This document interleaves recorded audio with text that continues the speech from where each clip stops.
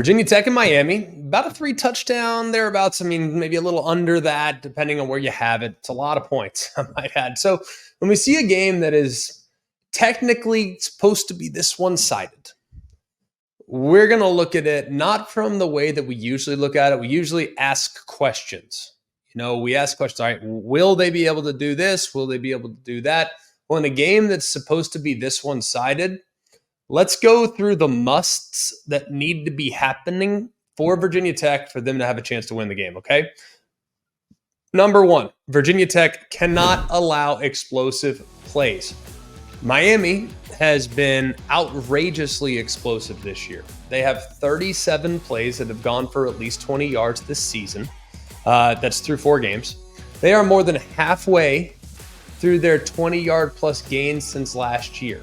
So 37 plays here through 4 games.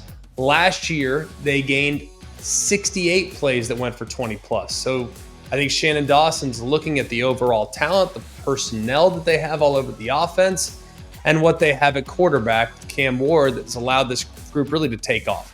Miami actually currently leads the country in yards per play against FBS opponents. They're averaging 9 yards per play, 9.2 to be exact. So Virginia Tech cannot allow explosive plays because this Miami group has been outrageous in that category this year. Number 2, Virginia Tech has to get off the field on third down. Right now, opponents are converting just under 35% of their third down opportunities against the Hokies. That's 46th in the country. Miami has had a ton of productivity on third down this year. They're converting 64%.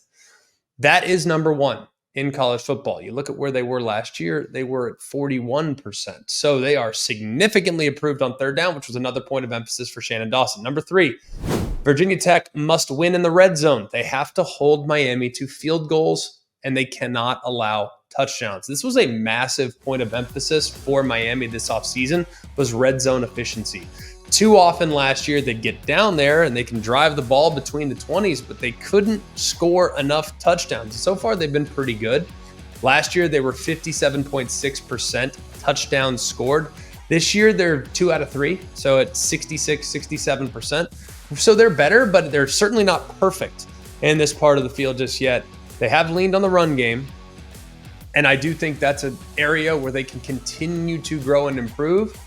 And right now, Virginia Tech has been pretty decent in the red zone. They've allowed a decent amount of red zone penetrations, 19 red zone drives, but their red zone efficiency numbers, they're allowing 52.6% red zone efficiency. That's 59th, so middle of the pack there in college football. So they got to win in the red zone. And then finally, Virginia Tech better be ready to block them.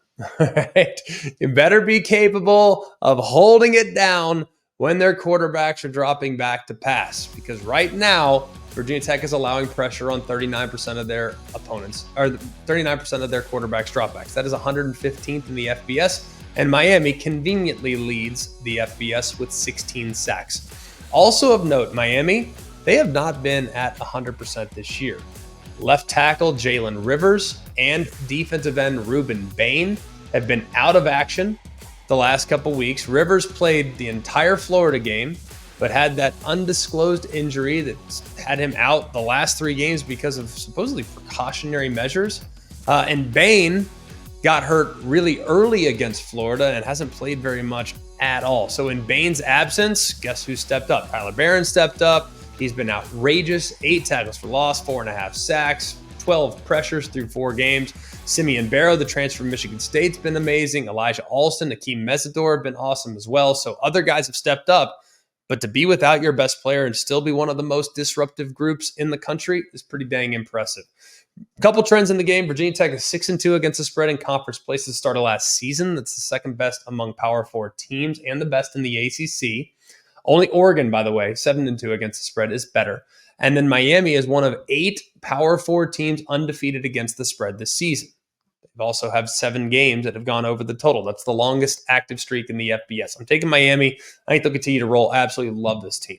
Love what I've seen from Miami.